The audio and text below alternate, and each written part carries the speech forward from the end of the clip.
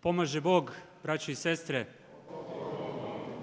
časni oci, dragi prijatelji, dragi gosti, izuzetno mi je zadovoljstvo i velika čast što mogu u ime grada Beograda večeras da vas pozdravim, da se zahvalim naravno Kolarčevoj zadužbini što nas je primila u ovo divno zdanje, da imamo večeras ovo sabranje i koncert.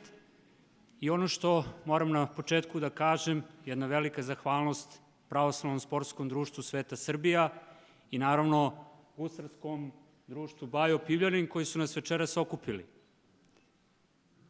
Ono što je vezano i za gusle i za ovu veliku misiju koju je preuzelo na sebe Pravoslavno sportsko društvo Srbija se rodi i sve ono što ćemo raditi u narednom periodu u sklopu svih onih aktivnosti koje smo planirali i nadam se da ćemo uz Božju pomoć i uspeti da ih završimo, gusle su zaista nešto što nas je kroz vekove održalo da budemo ono što jesmo, da opstanemo, da pobedimo, da budemo slobodni.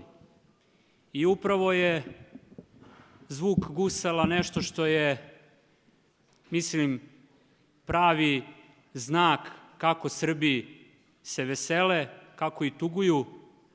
I uz gusle smo naravno i dočekali i otpratili, ali su gusle ostale.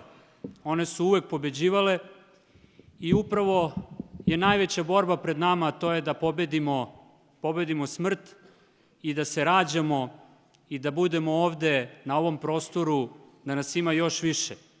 To je velika bitka i ja sam uveren da ćemo svi zajedno i tu bitku pobediti kao i prethodne do sada. Uživajte u programu i hvala još jednom što smo se sabrali na ovakav način na ovome mestu. Srbija se rodi!